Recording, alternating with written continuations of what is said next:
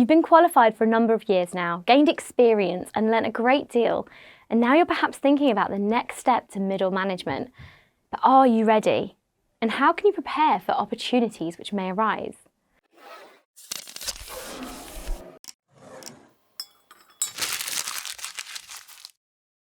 Hi everyone, I'm Natalie from My Progression, and this is the first video in a series about preparing for leadership. In any job, it's quite acceptable, if not plausible, to aim high and want to progress up the ladder towards middle management, possibly more senior management, and then on towards senior leadership. Middle management roles will differ from school to school dependent on the structure and responsibilities which are given weight to. In a secondary school, middle management may consist of curriculum leads, heads of year, SENCO, and other roles which have been decided upon by leadership. In a primary school, middle management roles may differ and responsibilities given to key stage leads and perhaps course subject leads, as well as SENCO, ECT mentors and student support. There's no clear career structure or time constraint as to when you can apply for roles, but showing that you're someone who's going out of their way to educate themselves on how to be a good leader is probably expected and encouraged and will be beneficial. So what is the role of middle leadership in schools? The middle leadership role is one that's varied and focuses on the leading of teaching and the development and implementation of strategies across a department, as well as ensuring strong people management skills. Middle leaders play a crucial role in developing and maintaining the nature and quality of pupils' learning experience. But the ways in which they do this are strongly influenced by the circumstances in which they work. Now, you must ask yourself if it is for you, what you will bring to such a role, and what the role might do for you. Many teachers choose not to go down the route of promotion and focus on classroom teaching, which means they become an expert in their field or gain a wider range of experience without further pressure of having more responsibilities. Studies have shown that only 1 in 10 people are naturally suitable for leadership. However, with expert tuition, that can be increased to 1 in 3. Progression to middle management will mean financial gain, and the increase will differ dependent on the role and responsibility that's decided on the role. And these can differ from school to school and trust to trust. As you progress through the school or schools that you work in, your leadership team will be aware of staff who they have their eye on to support into middle management, and those they see with the potential to lead or manage an area or subject of the school. Support may naturally be put in place. Any promotion to management needs preparing for, and discussions may have occurred in your yearly professional development meeting concerning your aims and ambitions. As the DFE Standard for Teachers Professional Department states, effective professional development for teachers is a core part of securing effective teaching. In your meeting with your line manager, you may suggest ways you can broaden your experience to support promotion, or alternatively, they may set goals for you to achieve and push you to experience new responsibilities to help you move up the ladder. Preparing for middle management. The key to successful middle leadership is maintaining focus on what's going to support pupils.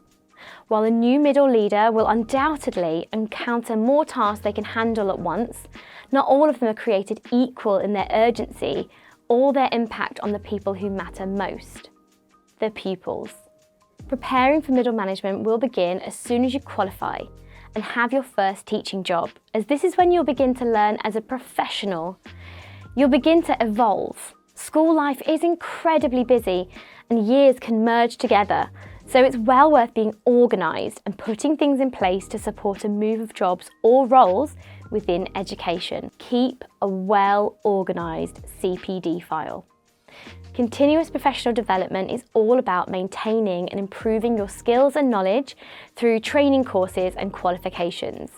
You can record it in any way you like, so it may be online or a hard copy stored in a file. So keep a log of training courses you attend, any inset training you may attend, along with certificates that you may be given.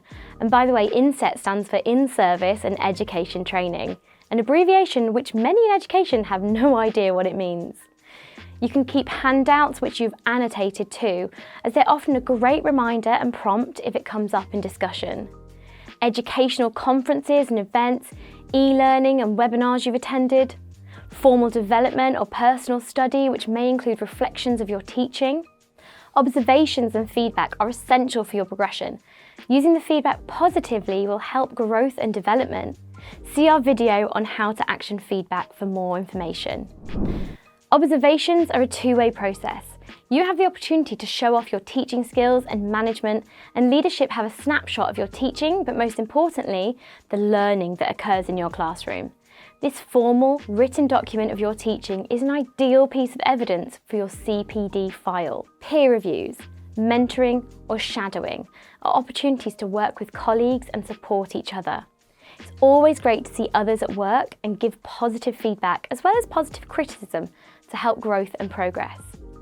Reading relevant journal articles or reviewing books can help keep abreast of educational change and practices which you may be interested in.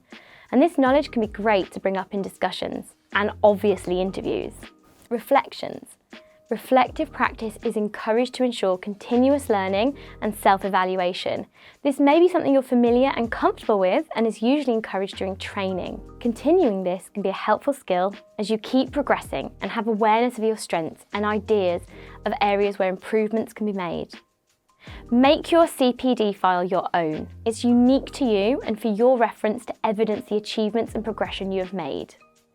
Be active in finding out more about middle management roles. Talk to other middle leaders initially. These are the people with first-hand experience. You may have a lot of questions, but a lot of your queries will come up naturally in conversation. Are you enjoying your role? Where do you see it leading? What do you want to gain from middle management? Do you feel supported by leadership? What's good about the position? Is it worth the money? You get the idea. But that insight and knowledge may help you decide if a promotion is for you or not. Observe how middle management work. Every middle management role will be different, but just keep an eye on your middle management team and watch what they do. There may be opportunities where you can sit in on a meeting or shadow. Just ask. The worst they can say is no. However, it shows an active interest in the role and makes colleagues aware of your thoughts about progression. Talk to leadership. Can they support you in any way? Are there middle management courses to support your development? Why not approach this in your CPD meeting? Or if a role comes up that interests you, ask about it. Leadership want the right people and will be happy to speak about the role and what they're looking for. You may even get some advice and what you need to do to prepare for such a role. Push yourself to get involved with projects and initiatives within school.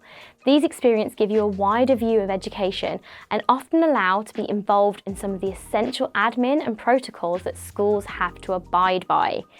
Don't run before you can walk. Take baby steps to ensure you're prepared and succeed. Assemblies, whole school initiatives are a great way to begin your journey. Ask to be involved in that Language Week project or offer to do an assembly on recycling. Look at your skills and promote what you can offer. It's always worth being aware of your school improvement plan or SIP, as there may be targets there to meet that you may be able to help with. Be the best practitioner you can be. I mean, this should go without saying. You'll be the role model for others and set standards. This will not only include your teaching, but your whole professional behaviour, your behaviour in the staff room, how you deal with parents, and your relationship with colleagues. Consider what you bring to the role and why you'd be a good manager. What aspects of management do you admire in others? What do you dislike? Keep the attributes in mind and be actively intentional about how you perceive your style to be. Take the opportunity to mentor students, ECTs or NQTs.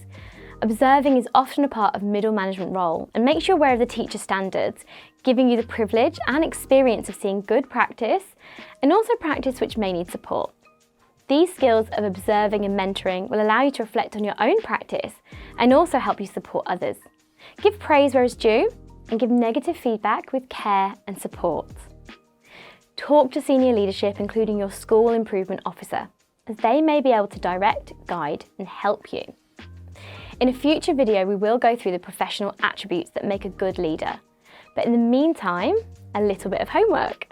Think about 3 people that you think are brilliant leaders and 3 that you don't.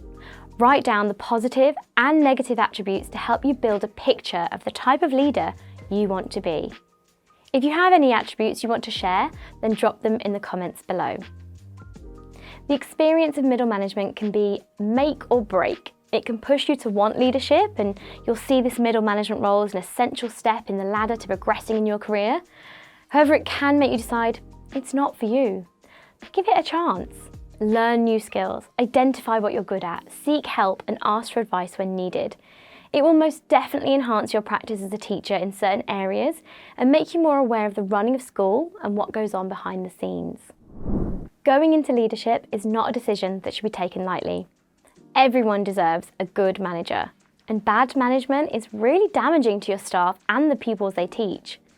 But a good manager can change lives, so you should think about it carefully.